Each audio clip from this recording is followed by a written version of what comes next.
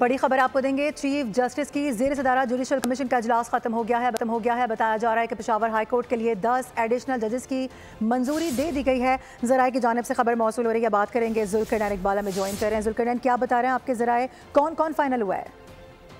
देखिए मारूफ, एजेंडा तो उसके मुताबिक 9 जजेस की मंजूरी दी जानी थी, लेकिन आज हमारे ज़राए बता रहे हैं कि जब इजलास शुरू हुआ तो चीफ जस्टिस ऑफ पाकिस्तान ने तजवीज़ दी कि अगर हम 10 जजेस को तैनात कर दें तो क्या किसी को कोई एतराज़ होगा। इसके ऊपर हमारे ज़राए ये बता रहे हैं कि बैरिस्टर गौहर की जानिब से एतराज़ किया गया कि जब एजेंडे में 9 अफराद थे तो फिर 10वें को क्यों शामिल किया जाए। तमाम कमीशन की अक्सरियत ने कहा कि 10 जजेस को अपॉइंट किया जा सकता है, तो फिर 10वें जज का नाम भी शामिल कर लिया गया।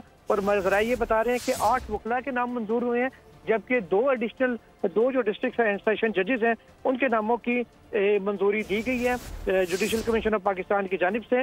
और उन नामों के अगर मैं जिक्र करूं तो उसमें तारिक आफरीदी हैं जिनको एडिशनल जज बनाने की मंजूरी दी गई है, फराह जमशेद हैं, काजी जवाद हैं, मुदस्सिर अमीर हैं, एक औरंगजेब हैं, अब्दुल फयाज हैं, सादिक अली और सलाहुद्दीन हैं। इन नामों की मंजूरी दी गई है जुडिशल कमीशन ऑफ पाकिस्तान की जानिब से पेशावर हाई कोर्ट में एडिशनल जज लगाने की।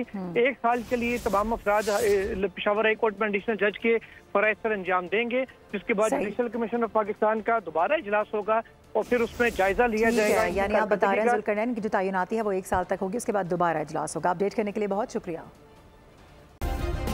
सब्सक्राइब करें और बेल दबाएं ताकि कोई खबर रह न जाए।